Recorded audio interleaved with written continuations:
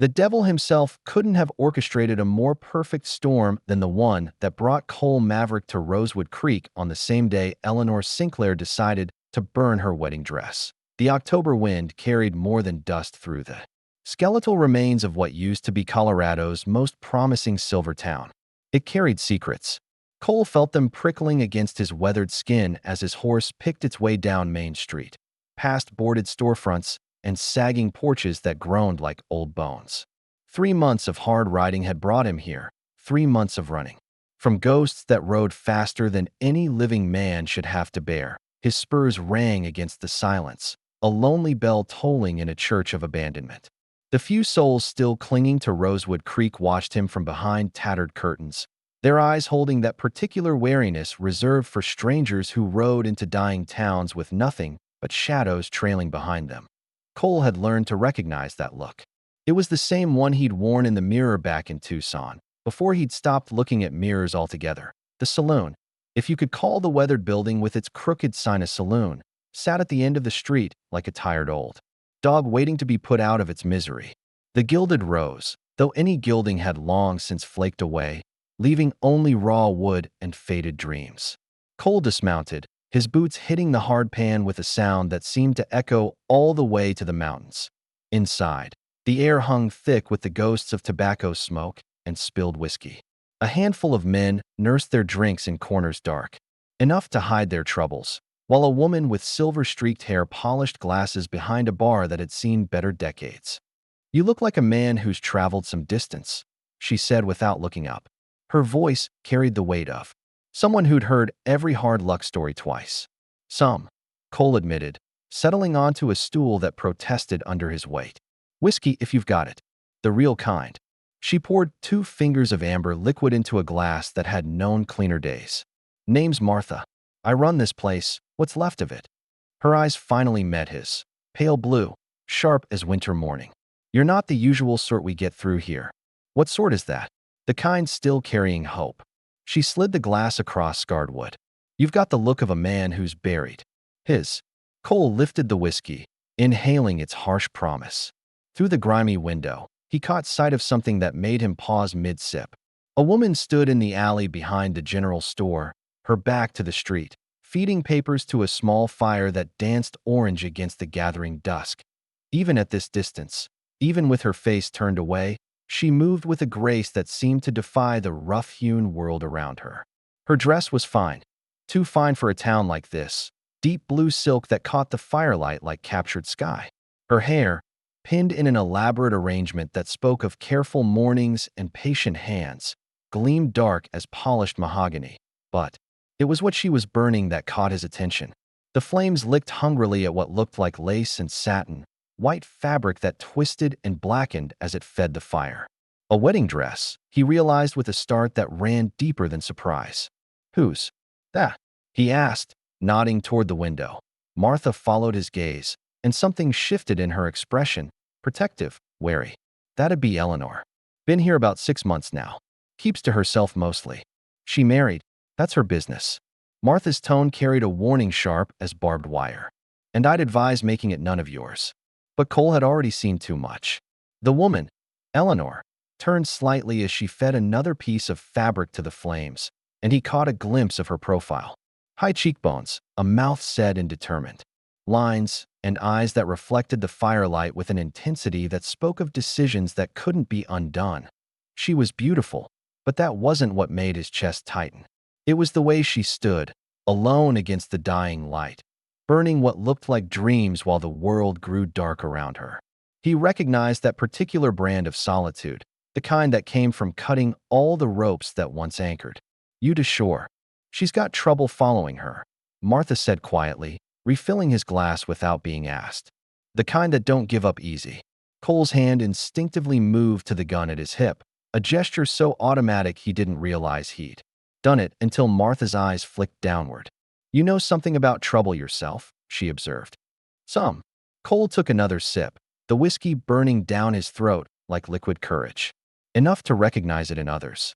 Outside, Eleanor straightened and brushed ash from her hands, with movements that seemed almost ritualistic.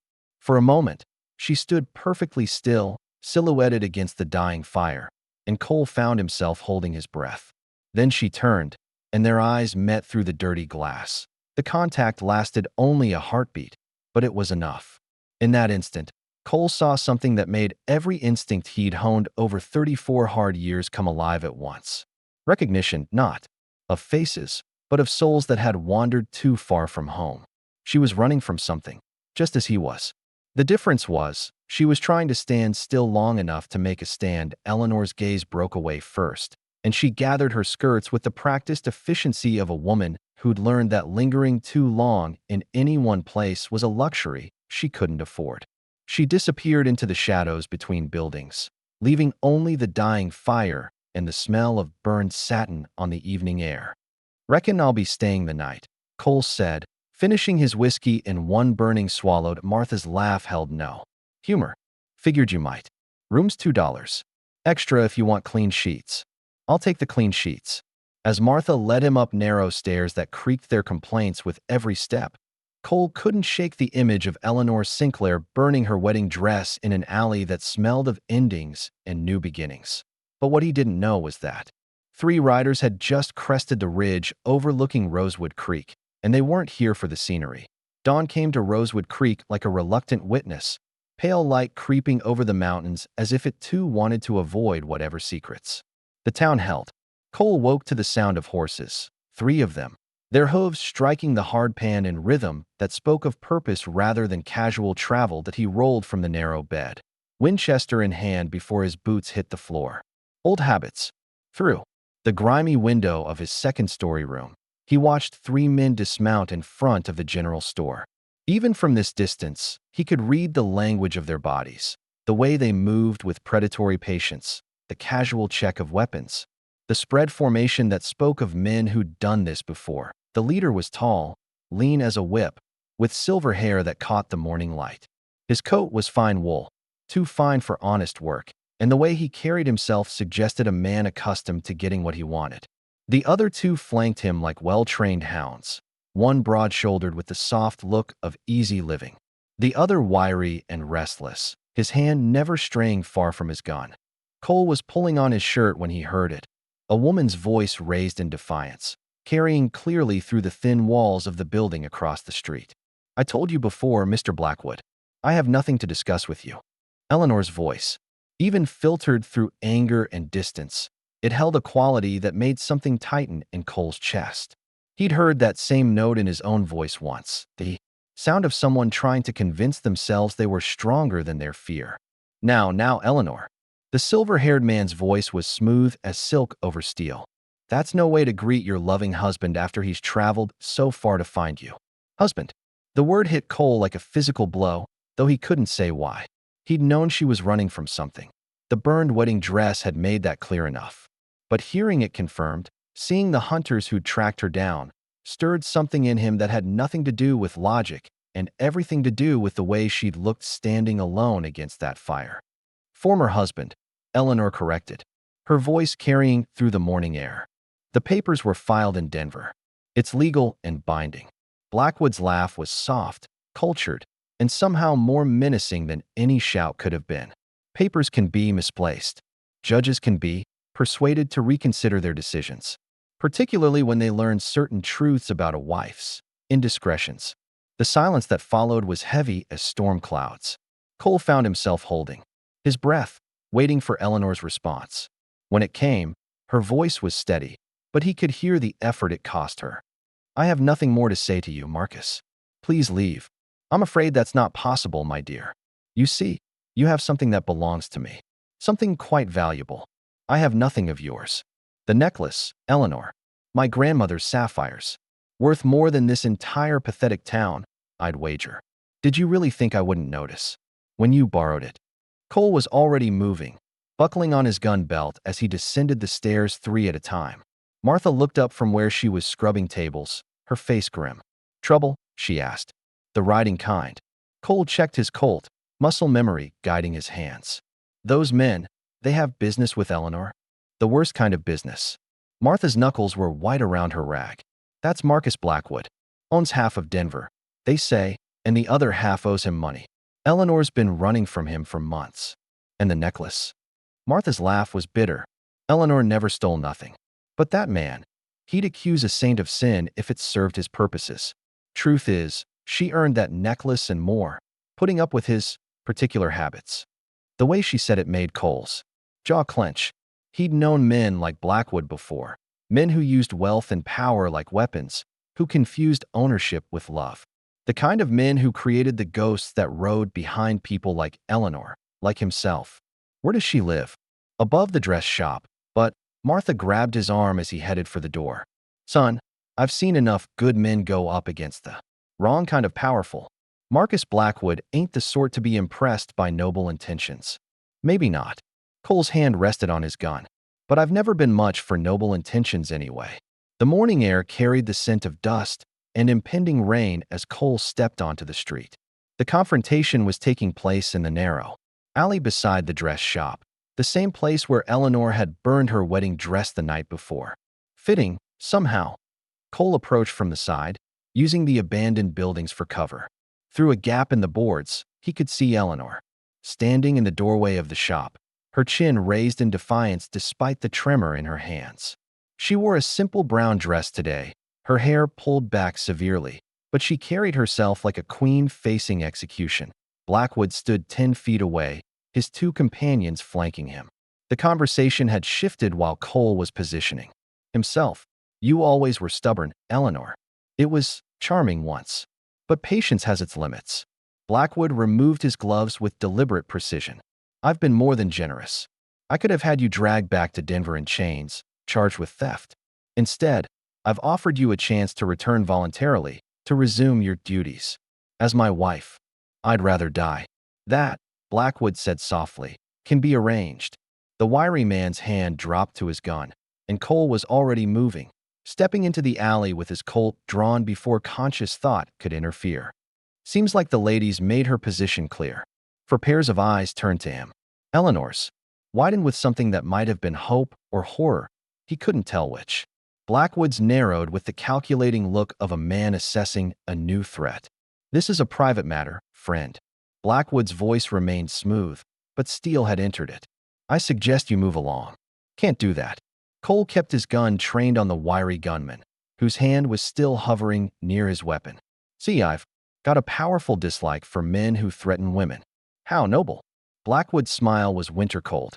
And you are someone who's killed better men than you for worse reasons. The silence stretched taut as a bowstring. You could almost taste the violence in the air, metallic and sharp. Cole's finger rested easy on the trigger, his body loose and ready.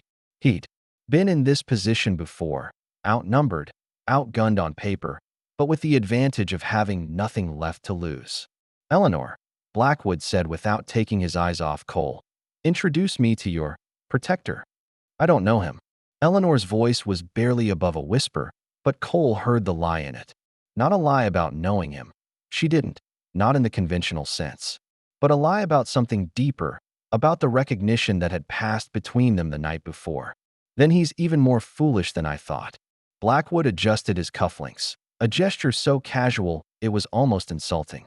3 against 1, stranger. Poor odds, even for a man with your confidence. I've faced worse odds. Cole's voice was steady as bedrock. Question is, are you willing to bet your life that your boys are faster than me? The wiry gunman shifted slightly, and Cole's gun swung toward him with snake-quick precision. I wouldn't if I were you. First shot's yours, but the second one's mine, and I don't miss. Enough. Eleanor stepped forward, her hands clasped so tightly her knuckles were white. Please, all of you. There's been enough violence in my life. She looked at Cole, and in that moment he saw past the surface composure to the exhaustion beneath. This woman had been running for months, living on fear and determination, and she was wearing thin. Mister, I'm sorry, I don't know your name. Cole. Cole Maverick. Mr. Maverick, I appreciate your intervention, but this is my fight. Doesn't have to be. Cole holstered his gun with deliberate slowness, a gesture that made the wiry gunman's eyes widen. To put away your weapon in a standoff was either supreme confidence or supreme stupidity. Town's got a sheriff? Martha's voice came from behind him. Sheriff rode out 3 days ago. Haven't seen him since. Convenient. Cole looked at Blackwood. Seems like you've thought of everything. I'm nothing if not thorough. Blackwood smiled, but his eyes remained cold. Eleanor, my dear, you have until sunset to reconsider. After that, he shrugged eloquently. Well, let's hope it doesn't come to that. He turned to leave, then paused. Oh, and Mr. Maverick? I know who you are now. Former sheriff of Tucson. Quite a reputation you had, before that unfortunate business. With the Hayes gang. Tell me, do you still wake up screaming about the children you couldn't save? Cole went very still. The morning air seemed to thicken around him, and for a moment the ghosts he'd been running from gathered at the edges of his vision. 3 small faces, wide-eyed and trusting, looking up at him from a dusty street while gunfire exploded around them. Thought so. Blackwood's smile was triumphant. Broken men make poor heroes, don't you think? He walked away, his companions following, leaving Cole and Eleanor alone in the alley. The silence stretched between them, heavy with unspoken questions and the weight of revealed secrets. Eleanor spoke first, her voice soft as morning mist. The Hayes gang. I heard about that. In the newspapers. I'm sure you did. Cole's voice was rough as sandpaper. Front page news. When a sheriff gets 3 children killed because he was too slow on the draw. That's not what the papers said. Papers. Lot. Eleanor studied his face with eyes that seemed to see too much. Sometimes. But sometimes they tell the truth, even when the people involved can't bear to hear it. But before Cole could respond, the sound of splintering would erupted from inside the dress shop, followed by Eleanor's scream of rage. Someone had broken in through the back while they were talking. Cole was through the shop door before Eleanor's scream had fully died, his Colt clearing leather with the fluid motion of a man who'd learned. That hesitation was often fatal. The front room of the dress shop was a chaos of scattered fabric and overturned furniture. Bolts of silk lay unrolled across the floor like colorful rivers, and a sewing machine had been knocked onto its side, thread spools rolling in every direction. Eleanor, he called out, moving toward the back of the shop where the sound had come from. Here, her voice came from what must have been her living quarters, tight, with controlled fury rather than fear. The coward's gone, but he's torn my home apart. Cole found her in what had once been a tidy bedroom, now looking like a tornado, had swept through it. Every drawer had been pulled out and emptied, the mattress slashed open with its stuffing scattered like snow. Eleanor knelt amid the wreckage, holding the torn remains of what looked like a photograph. They were looking for the necklace, she said without looking up, as if I'd be fool enough to keep it here. Cole holstered his gun and moved to help her up, but she waved him away, her pride still intact despite the violation of her sanctuary. As she rose, he caught sight of the photograph in her hands, a young woman with Eleanor's eyes standing beside a stern-faced man in military uniform. Your father, he asked gently, was. Her fingers traced the torn edge of the photograph. Colonel James Hartwell, United States Army. He died believing his daughter had married well, made a good life for herself. Her laugh was bitter as winter wind. At least he was spared the truth. She moved through the destruction with the careful control of someone cataloging damage while holding herself together through sheer will. Cole had seen that look before, on his own face, in mirrors he'd stopped looking into after Tucson. The necklace, he said. Where is it really? Eleanor paused in her survey of the wreckage, her hands stilling on an overturned chair. For a moment, Cole thought she wouldn't answer. Then she walked to what remained of her wardrobe and reached into a hidden pocket sewn into the lining of a plain black coat. The sapphires caught the morning light streaming through the broken window, deep blue stones surrounded by diamonds that threw rainbows across the devastated room. It was beautiful and clearly worth a fortune, but Cole found himself more interested in the way Eleanor held it. Not like stolen goods, but like a burden she'd carried too long. His grandmother's necklace, she said, her voice flat. Given to me on our wedding day with a speech about family honor and continuing traditions. She looked up at Cole, and he saw something raw and vulnerable in her eyes. What he didn't mention was that it came with chains. How do you mean? Eleanor sank onto the edge of her ruined bed, the necklace draped across her palms like captured starlight. Marcus has particular tastes. He enjoys having complete control over those around him, especially his wife. The necklace wasn't a gift, it was a collar, a symbol of ownership. Cole felt his jaw clench. He'd known men like Blackwood before, had even arrested a few, though never the truly wealthy ones. They had ways of making charges disappear, witnesses recant their stories. The bruises started small. Eleanor continued, her voice barely above a whisper. Hidden places where fine dresses would cover them. He said it was because he loved me so much, because I needed to learn to be a proper wife. She laughed, but there was no humor in it. For 2 years, I believed him. Told myself it was normal, that all marriages had their difficulties. What changed? Cole asked, though he dreaded the answer. I got pregnant. Eleanor's hand moved instinctively to her stomach, and Cole saw the shadow of loss cross her face. For 3 months, I thought. I hoped he might change. That becoming. A father would gentle him. Instead, he became worse. More possessive, more controlling. He locked me in the house, said I was too delicate to go out, that the baby made me irrational. She stood abruptly, moving to the window to stare out at the street where Blackwood's men were probably still watching. I lost the baby in my 6th month. The doctor said it was natural causes, but I knew better. Marcus had pushed me down the stairs 2 days before, during one of his lessons about proper behavior. Cole found his hands had clenched into fists without his conscious knowledge. The urge to hunt down Blackwood and settle this the old-fashioned way was strong enough. To taste, metallic and sharp on his tongue. That's when I started planning, Eleanor said. It took me 8 months to work up the courage, to save enough money, to find a way out. The necklace was my insurance, something valuable enough to start over with, somewhere he'd never find me. But he did find you. He'll always find me.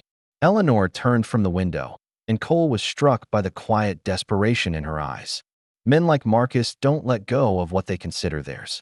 I could run to the ends of the earth, and he'd follow. Not if he was dead. The words came out flat and matter-of-fact, surprising them both. Eleanor stared at him, her eyes widening. I'm not asking you to. You're not asking. I'm offering. Cole moved closer, and she didn't step away. I've got nothing left to lose, Eleanor. Nothing left to protect. No reputation to salvage. But you're trying to build something new. Shouldn't have to do it while looking over your shoulder. You don't understand what you're saying. Marcus has money, influence. He owns judges, lawmen, politicians. Even if something happened to him, his people would come for you. For both of us. Cole considered this, weighing it against the memory of her standing alone in the alley, burning her wedding dress like she was cremating her past, against the sound of her controlled fury when she'd found her home violated, against the way she'd looked when she spoke about the baby. She'd lost. Maybe, he said finally. But some things are worth the risk. Eleanor studied his face, and he had the unsettling feeling she was reading things there he'd tried to bury. The children in Tucson, she said softly. You blame yourself for what happened to them. I was too slow, too cautious. While I was thinking about the right way to handle the situation, they died. And now you want to be fast. Decisive. Is that it? Cole didn't answer, but he didn't need to. Eleanor nodded slowly, understanding passing between them like a shared language. You can't save them by saving me, Cole. Maybe not, but I can sure as hell try. Before Eleanor could respond, Martha's voice called out from the front of the shop. Eleanor? You all right back there? We're fine, Martha. Eleanor called back, though her eyes never left Cole's face. Martha appeared in the doorway, took one look at the destruction, and cursed with the fluency of someone who'd lived through several boom and bust cycles. Bastards didn't waste any time, did they? They were looking for something they didn't find, Eleanor said carefully. Good. Martha's gaze flicked between Cole and Eleanor, noting the tension in the air. Town's starting to talk. Blackwood's been asking questions, offering money for information. Some folks might be tempted to share what they know. How long do we have? Cole asked. Hard to say. Most people hear like Eleanor, but money talks loud when bellies are empty. Martha hesitated. There's something else. Saw Blackwood talking to Jake Sullivan over at the telegraph office. Don't know what was said, but Jake looked nervous afterward. Cole felt a chill that had nothing to do with the morning air. A telegraph meant Blackwood could call in reinforcements, maybe even legal authority. However corrupt, a warrant was still a warrant, and it would give him all the cover he needed to take Eleanor by force. We need to end this, he said quietly. Today. Eleanor's hand tightened on the necklace. How? Give him what he wants. Draw him out. Cole was already working through the plan in his head. feeling the familiar calm that came over him when action was the only option left. But not the way he expects. You mean the necklace? I mean justice. Cole looked around the destroyed room, at the photograph of Eleanor's father torn in half, at the evidence of a life built carefully and torn apart by casual cruelty. Your husband, former husband, he's going to get what's coming to him. Question is whether it happens legal-like or otherwise. Eleanor was quiet for a long moment, her fingers working over the sapphires like prayer beads. When she finally looked up, something had changed in her eyes. The vulnerability was still there, but it was backed now by steel. What do you need me to do? Trust me. Cole reached out, his calloused fingers covering her smooth ones where they held the necklace. And be ready to run if this goes wrong. And if it goes right. Cole thought about that, about possibilities he'd stopped allowing himself to consider. Months ago, about second chances and new beginnings. About a woman brave enough to burn her past and a man trying to outride his ghosts. If it goes right, he said, maybe we both get to find out what comes after the running stops. But what neither of them knew was that Jake Sullivan's telegraph hadn't just reached Denver. It had also alerted a U.S. Marshal who'd been tracking Cole Maverick for 3 months, and he was already on the noon train to Rosewood Creek. The noon sun beat down on Rosewood Creek like a hammer on an anvil, turning the dust into powder and the air into something you had to chew to breathe. Cole stood in the shadows of the abandoned bank building, watching the street through eyes that cataloged every detail.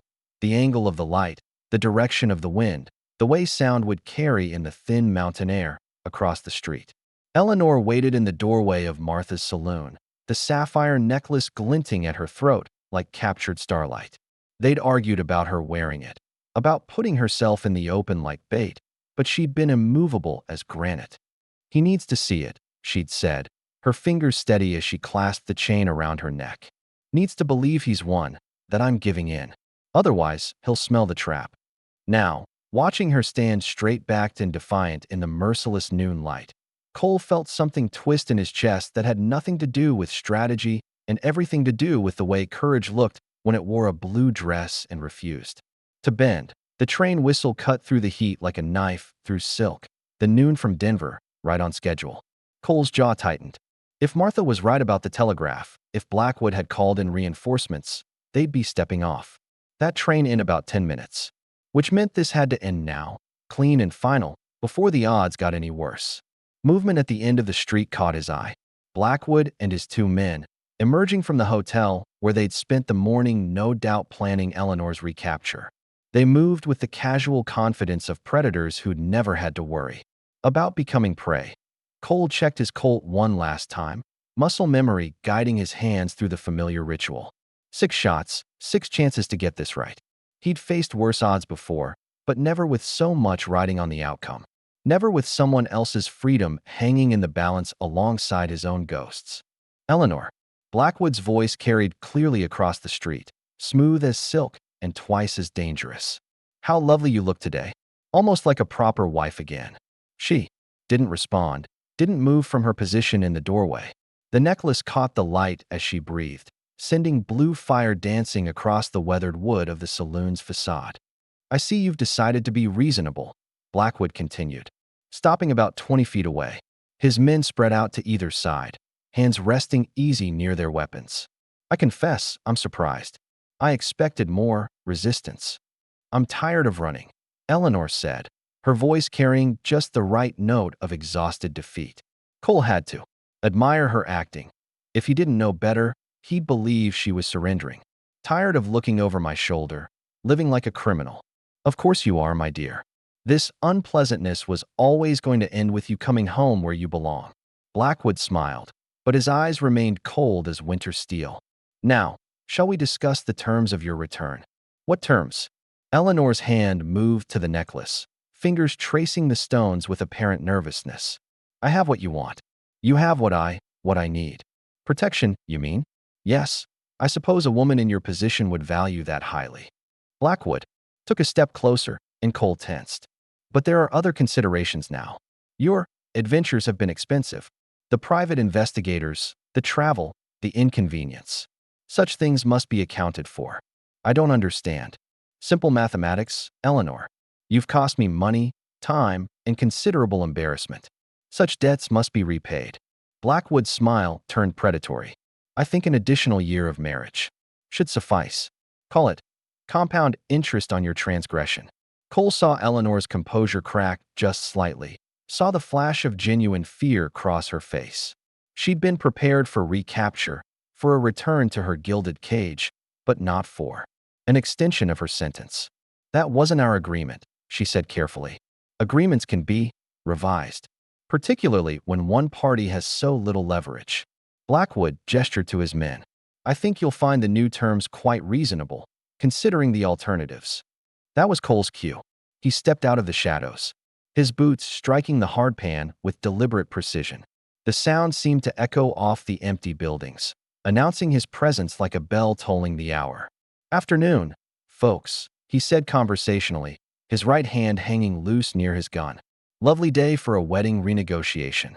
Blackwood's eyes narrowed. Mr. Maverick, I thought we'd concluded our business this morning. Funny thing about conclusions, Cole said, still walking toward them with the unhurried pace of a man who owned all the time in the world. Sometimes they're premature. The wiry gunman's hand had moved to his weapon, fingers twitching with nervous energy. The bigger man was trying to angle around to Cole's left, looking for position. Standard tactics, but Cole had been in enough gunfights to recognize the pattern. You're outnumbered, Blackwood observed, and frankly outclassed. Whatever romantic notions you may have about rescuing a damsel in distress, the reality is considerably more complex. Is it now? Cole stopped about 15 feet away, close enough to see the sweat beading on the wiry gunman's forehead despite the morning chill. See, here's what I think is complex. Rich man travels all this way to collect one woman and a necklace. Brings professional killers to a dying town. Makes a lot of noise about legal claims and property rights. He smiled, but there was no warmth in it. Makes a man wonder what he's really afraid of. I'm not afraid of anything, Blackwood said, but something had shifted in his voice. No? Then why the hired guns? Why the threats? If Eleanor's legally your wife, if the necklace is legally yours, why not just get the law involved? Cole's eyes flicked to the wiry gunman, who was starting to sweat more heavily. Unless maybe your legal position ain't as solid as you'd like folks to believe. The train whistle sounded again, closer now. Whatever was coming would be here soon. Eleanor, Cole said without taking his eyes off Blackwood, tell the man about your divorce papers. They're legal, she said, her voice growing stronger. Filed in Denver County Court, signed by Judge Morrison, recorded in the official registry. I'm not your wife anymore, Marcus. Haven't been for 6 months. Blackwood's composed mask slipped for just an instant, revealing something ugly beneath. Morrison's an old fool, easily convinced to reconsider his decisions when presented with proper evidence of a wife's adultery. What adultery? Eleanor's voice cracked like a whip. The only sin I committed was believing your lies for too long. The necklace, then, family heirloom, given in trust, removed from the marital home without permission. That's theft by any reasonable definition. It was a gift, Eleanor said firmly, given freely, with witnesses present. I have the receipt from the jeweler who appraised it, the insurance papers listing me as sole owner. Every legal document a person could want. Cole felt a grim satisfaction at the way Blackwood's confidence was cracking. Eleanor had been planning this longer and more carefully than anyone had realized. Seems like your legal position is about as solid as morning mist, Cole observed. Which leaves us back where we started. 3 men with guns trying to intimidate one woman into doing something she don't want to do. The train was pulling into the station now, its brakes squealing like a wounded animal. Through the dust and steam, Cole could see figures disembarking, too far away to make out details, but one of them moved with the purposeful stride of a lawman. Time's up, Cole said quietly. Eleanor, get inside. Wait. She stepped forward instead, her hand moving to the necklace clasp. Marcus, you want this so badly. Fine. Take it. She pulled the necklace free and threw it into the dust between them, the sapphires sparkling like fallen stars against the brown earth. There. That's what this was really about, wasn't it? Not love, not marriage, not family honor. Just money. Just another possession you couldn't bear to lose. Blackwood stared at the necklace lying in the dirt, his face flushing with rage. You think this changes anything? You think I'll just walk away now? I think, Eleanor said, her voice steady as stone, that you're about to learn the difference between owning something and deserving it. That's when the wiry gunman made his move. Cole had been expecting it, had seen the way the man's shoulders tensed, the slight shift in his stance. His Colt cleared leather in one smooth motion, the shot echoing off the buildings like thunder. The gunman's weapon flew from suddenly nerveless fingers, and he clutched his right hand to his chest, blood seeping between his fingers. The bigger man was drawing even as his partner fell, but Cole was already spinning, his second shot taking the man in the shoulder and spinning him around. He hit the dust hard, his gun skittering away across the hardpan. Jesus, Blackwood breathed, his face gone pale. You actually did it. Did what? Cole kept his gun trained on him, the barrel steady as bedrock. Defended myself against armed men threatening an innocent woman? Yeah, I did that. You don't understand. I understand plenty. Cole's voice was soft, dangerous. I understand you're a man who uses money and fear to get what he wants. I understand you hurt a good woman for years and called it love. I understand. You tracked her down like an animal when she finally got free. His thumb drew back the hammer with a sound like breaking bones. Question is, what do you understand? Blackwood's eyes darted to his fallen men, to Eleanor standing straight and unafraid, to the gun pointed at his heart. You can't just kill me. There'll be consequences. My people will, your people, a new voice interrupted, will have to explain to a federal judge why they were harboring a fugitive. Cole turned, his gun never wavering, and saw a tall man in a dusty coat walking toward them. The star on his vest caught the light. U.S. Marshal, just as Cole had feared. Marshal, Blackwood said, relief flooding his voice. Thank God. This man just shot 2 of my employees in cold blood. The marshal looked at the scene, the wounded men, the necklace glittering in the dust, Eleanor standing defiant, Cole with his gun trained on Blackwood. His gaze lingered on Cole's face, and something like recognition flickered in his eyes. That would be Cole Maverick, the marshal said slowly. Former sheriff of Tucson. Man I've been tracking for 3 months. Cole felt his heart sink. This was it then. Even if he'd saved Eleanor, even if he'd finally done something right, the past had caught up with him at last. Marshal, he said quietly, I won't resist arrest. Just let me finish this first. The marshal studied him for a long moment, then looked at Eleanor, at the terror and determination warring in her face. And this would be Mrs. Eleanor Hartwell, Eleanor said, lifting her chin. Formerly Mrs. Blackwood, but legally divorced, and free to make my own choices. The marshal nodded slowly, then did something that surprised everyone. He smiled and said, Well then, Mrs. Hartwell, I think it's time you learned the real reason I've been hunting Cole Maverick all these months. The silence that followed the marshal's words stretched taut as a bowstring, broken only by the groans of Blackwood's wounded men and the distant hiss of the cooling train engine. Cole kept his gun trained on Blackwood, but his mind was racing. Through possibilities, none of them good. I don't understand, Eleanor said, her voice barely above a whisper. Marshal John Crawford pushed back his hat, revealing steel-gray hair and eyes that had seen too much of both justice and its absence. 3 months ago, a federal judge issued a warrant for Cole Maverick's arrest. Not for any crime, mind you, but as a material witness in the trial of Senator William Hayes. Cole felt the blood drain from his face. Hayes is dead. I killed him. Myself. His son isn't. William Hayes Jr. is standing trial for conspiracy, fraud, and accessory to murder. Seems the Hayes gang wasn't just robbing banks and trains. They were doing it on orders, targeting specific shipments that competed with Hayes' family business interests. Crawford's gaze never left Cole's face.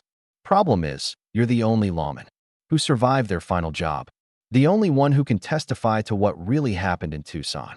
Those children were supposed to die, Crawford said quietly, along with their father, who was carrying evidence that would have destroyed the Hayes empire. You saved 2 of them, Cole. The third? Well, sometimes even heroes can't save everyone. The words hit Cole like physical blows. For 3 months, he'd been running from the memory of failure, from the weight of lives he couldn't save, to learn that the children had been targeted, that their deaths were planned. You're lying, he said hoarsely. Am I? Crawford reached slowly into his coat, and withdrew a folded document. Testimony from the surviving Hayes gang members. They all tell the same story. Orders came down from the senator himself. Kill the clerk, kill his family, make it look like a robbery gone wrong. Eleanor moved closer to Cole, her presence steadying him. The children you saved, she said softly. Where are they now? Safe. In Denver, with their aunt. They ask about you sometimes, Cole. Wonder why the sheriff who saved them never came to visit. Cole's gun hand was shaking now, the weight of revelation almost too much to bear. All these months of running, of believing himself a failure, of carrying ghosts that whispered accusations in the dark. I was too slow, he whispered. Too careful. If I'd acted faster, you'd be dead, and all 3 children with you. Crawford's voice was firm. According to the witnesses, you took a bullet in the shoulder, kept fighting, and carried 2 children to safety while under fire from 6 men. That's not failure, son. That's heroism. Blackwood, who had been listening with growing agitation, finally found his voice. This is all very touching, but it has nothing to do with my business here. That woman stole my property, and I demand. You demand nothing. Crawford's attention swung to him like the barrel of a rifle. Marcus Blackwood, you're under arrest for assault, battery, unlawful imprisonment, and conspiracy to commit fraud. What? Blackwood's face went white. You can't. I haven't. Your former wife isn't the only woman you've terrorized, Mr. Blackwood. 3 others have come forward in the past month, all with similar stories. Seems your reputation for marital correction has spread beyond Denver. Crawford produced a pair of handcuffs from his belt. Federal charges, since you've been crossing state lines to stalk Mrs. Hartwell. She's my wife. Not according to the legal documents filed in Denver County Court. Crawford glanced at Eleanor with something approaching respect. Judge Morrison sends his regards, by the way. Seems he's been waiting months for someone brave enough to press charges. Eleanor's hand found Cole's free one, her fingers intertwining with his. It's over, she said, wonder in her voice. It's really over. Cole lowered his gun, the weight of 3 months' worth of ghosts finally lifting from his shoulders. Around them, the town was coming alive. Martha emerged from the saloon with several others, drawn by the gunshots, but staying safely back until the danger had passed. There's more, Crawford said as he secured the handcuffs around Blackwood's wrists. The Hayes trial starts in 2 weeks. Federal government's prepared to offer you full reinstatement as a U.S. Marshal if you'll testify.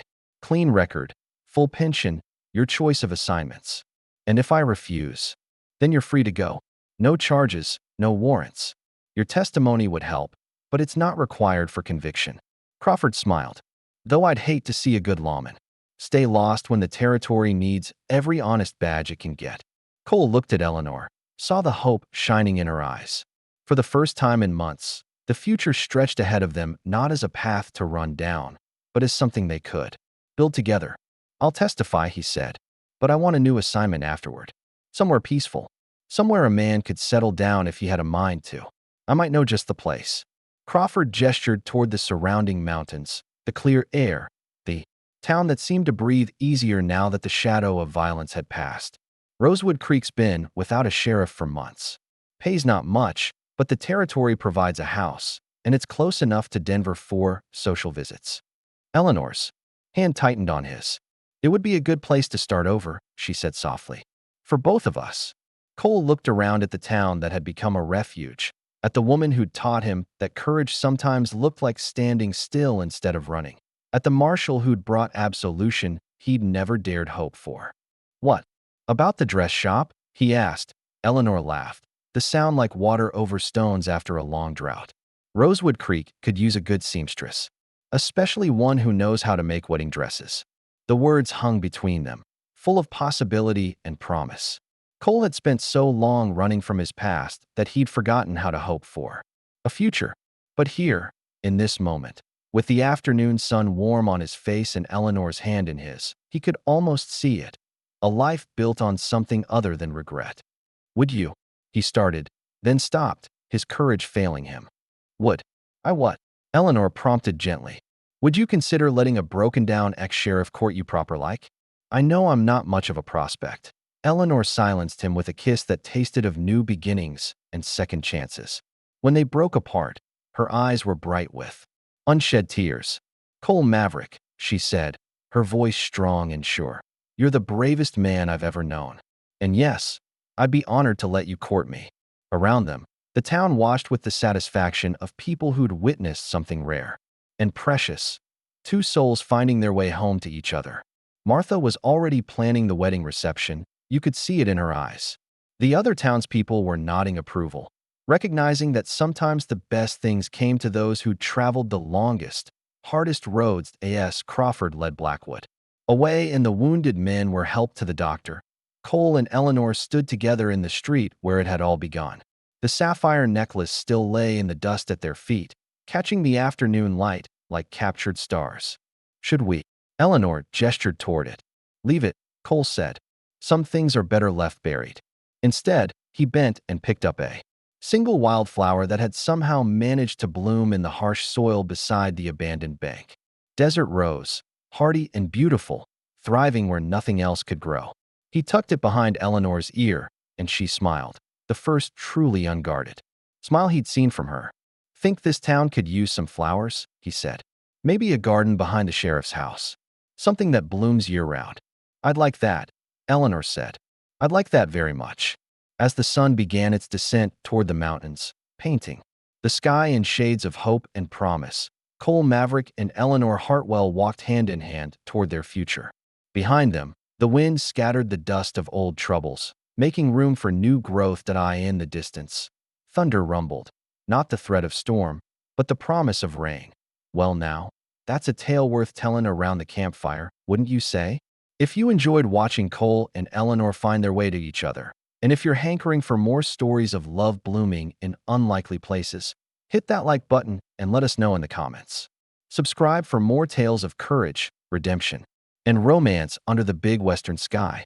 Until next time, may your own trails lead to exactly where your heart needs to be.